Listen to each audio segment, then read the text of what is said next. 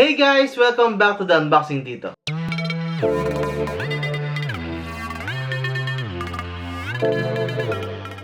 My channel provides unboxing and reviews of all the hottest phones available today. So if you're new here, make sure to subscribe and hit the bell icon so you won't miss out each time mag-upload ako ng bagong video. So after all that, let's proceed with the unboxing video. So, eto yung box ni Reno 5 and I really like the color. Saktong-sakto yung color niya sa logo ng channel natin. Sa harap ng box, sa upper left side, may nasulat na number 5 to signify that this is the 5th iteration ng Reno series. And sa bottom, may nasulat naman ng OPPO Reno 5. Sa left side, meron ulit nasulat ng OPPO Reno 5. And sa likod, nakasulat naman yung details like the color, which is the fantasy silver, and yung memory configuration niya, which is 8GB of RAM and 128GB of internal storage. So, bago at buksan yung box, kwento ko lang shortly na last February 11, OPPO had a pre-order promo. When you deposit 1,000 pesos as a reservation fee, bibigyan ka nila ng free Kuyu smartwatch worth 4,000 pesos. Ayos, di ba? Pero nung Feb 11, around 1 AM when I checked sa Shopee, I found a better deal. For the same mall price of 18,999, you get the free Kuyu smartwatch, plus an Enco W11 earbuds, a free 3-month subscription sa VU streaming platform, and a 500 peso voucher sa GrabFood. So you get a total of 6,000 pesos worth of freebies pag nag-order ka sa Shopee. Kaya if you have time, always check yung mga accounts nila sa Lazada or Shopee to get a hold of amazing deals parang ganito. Okay, buksan na natin. So this cyan box is like a top cover for this black box. Matte siya and may OPPO na nakasulat sa center. When we open this box, yan. Meron pang isang mini black box sa loob. And it contains some paperwork like the warranty card and the user guide, the SIM ejector pin attached to this white cardboard, and lastly is this free transparent jelly case, which is a good thing para kahit may case tayo, kita pa rin yung ganda ng phone natin. Next, we have the phone, si OPPO Reno 5. And itabi muna natin siya saglit para maipakita ko sa inyo yung iba pang mga accessories. Sa bottom ng box, we have a free headset which looks good and hindi siya yung makamumurahin. We also have this white Type-C charging cable and this 65W SuperVOOC fast charger, although 50W lang yung maximum charging capacity ng phone natin. So check natin yung phone. Si OPPO Reno 5 4G is priced at 18,999 and nakalagay dito yung mga key features niya. AI mixed portrait, dual view video, AI highlight video, 50W flash charge, and yung 90Hz refresh rate. Now let's remove the plastic to check out yung design and build ng phone. Dahan-dahan.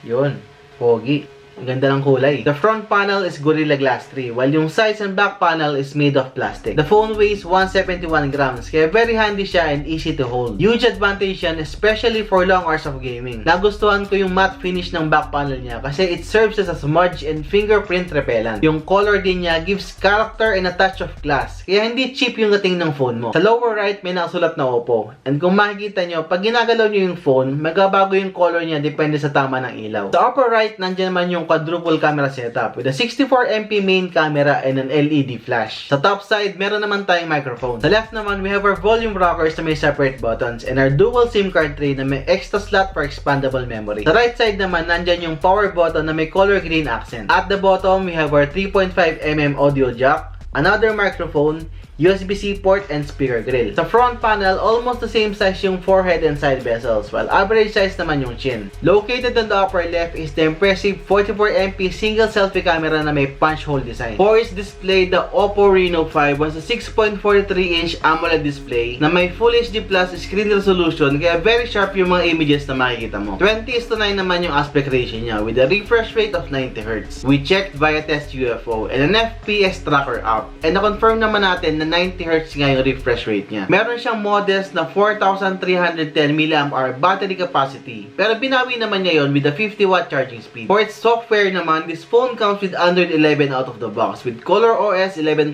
skin. This is great kasi Android 11 agad siya, kaya hindi mo na kailangan maghintay ng mga updates para lang na-experience yung mga features ni Android 11. The OPPO Reno 5 is still using a Snapdragon 720G, which is an 8nm chip from last year, so it kinda feels outdated for me. To try try out yung capability ng chipset natin, let's put our OPPO Reno 5 sa ating mga benchmark test. So here are the Geekbench 5 results for our OPPO Reno 5. Sa single core score, meron siyang 569. And sa multi-core score, 1663. Sa Slingshot Extreme ni 3D Mark, we got an overall score of 2599. And sa Wildlife Stress Test ni 3D Mark, we got a stability score of 99.8. And lastly, sa Antutu Benchmark, we got an overall score of 283,000. The Snapdragon 720G is designed to improve your gaming experience to smoother graphics performance. I've tried playing a couple of games like Call of Duty Mobile and Mobile Legends, and hindi man ako na-disappoint sa performance niya. And dahil optimized na nga si 720G, hindi na nakakagulat na may HFR mode na siya sa Mobile Legends. For the camera naman, meron siyang quadruple camera setup with an LED flash. 64MP yung main camera niya with an f1.7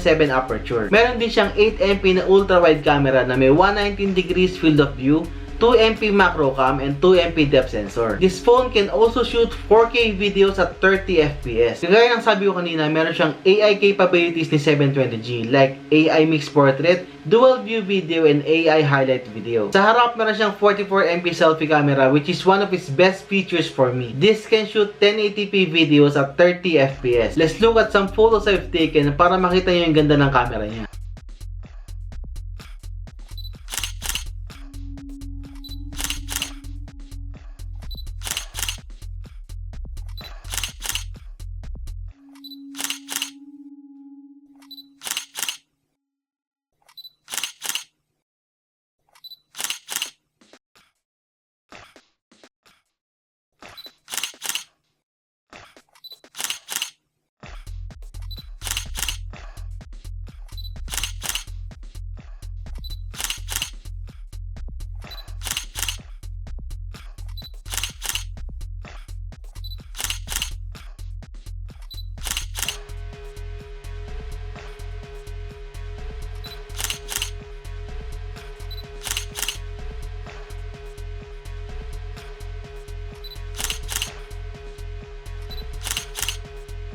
To wrap things up, let's do a pros and cons list. Let's start with the pros. The Full HD Plus resolution with a 6.4-inch panel will give you amazing detail and sharp images. Samahan na pa ng 90Hz na refresh rate and may enjoy mo talaga yung panonood ng Netflix sa phone na to. Isa pang maganda sa kanya is the 50-watt charging speed. It makes up for the measly 4,300 mAh capacity niya. It gives you flexibility kasi kahit 15 to 20 minutes mo lang ma-charge yung phone mo, tatagal na yung battery mo maghapon. Pero yung highlight niya talaga is the camera system. Yung wide angle main cam, yung ultra wide cam, and yung depth sensor is the perfect combination. Dun pa lang panalong-panalo ka na. And bonus pa yung 2MP macro cam. It covers all the necessary requirements para ma-maximize niya yung AI capabilities ng chipset niya. Yung 44MP selfie camera niya will give you amazing shots na pwedeng ilaban sa mga flagship phone. Now for the cons ng phone. One of my biggest issue with this phone is its chipset. Yung Snapdragon 720G is a capable chipset. Pero if you compare it to other phones na similar yung price point, medyo nakakadismaya. Kasi with other phone brands, Snapdragon 865 na yung makukuha mo for the same price. Next is the performance. If you've seen videos from sponsored reviewers, iisa lang yung madidinig mo. They keep saying na okay lang yan kasi at least optimized na siya. So para malinaw, to optimize means to make the best out of something. So in-update nila yung older chipset so that it can be at its most effective state. Pero older chipset pa rin siya. And it certainly doesn't mean na in terms of processing power, kaya niya ma-outperform yung mga newer chipset. Kung naguguluhan pa rin kayo, let me show you what I mean. This is Geekbench 5 results for the OPPO Reno 5. And eto naman yung kay Realme V15. Next, here is the Antutu benchmark result for the OPPO Reno 5. And once again, eto naman yung kay Realme V15. 13,500 lang ito, which brings me with my least favorite thing about the OPPO Reno 5, yung price niya. Without the freebies, this phone is really overpriced. In an endless sea of phones na nagsusulputan every week, it's really easy to find a cheaper alternative. Personally, I think nalimitahan siya ng outdated na chipset niya in competing with other phones sa value for money category. Overall, this phone has some great and intriguing features, especially sa camera niya. But for me, it's not the best choice lalo na kung limited lang yung budget mo. If you have questions and suggestions for our next video,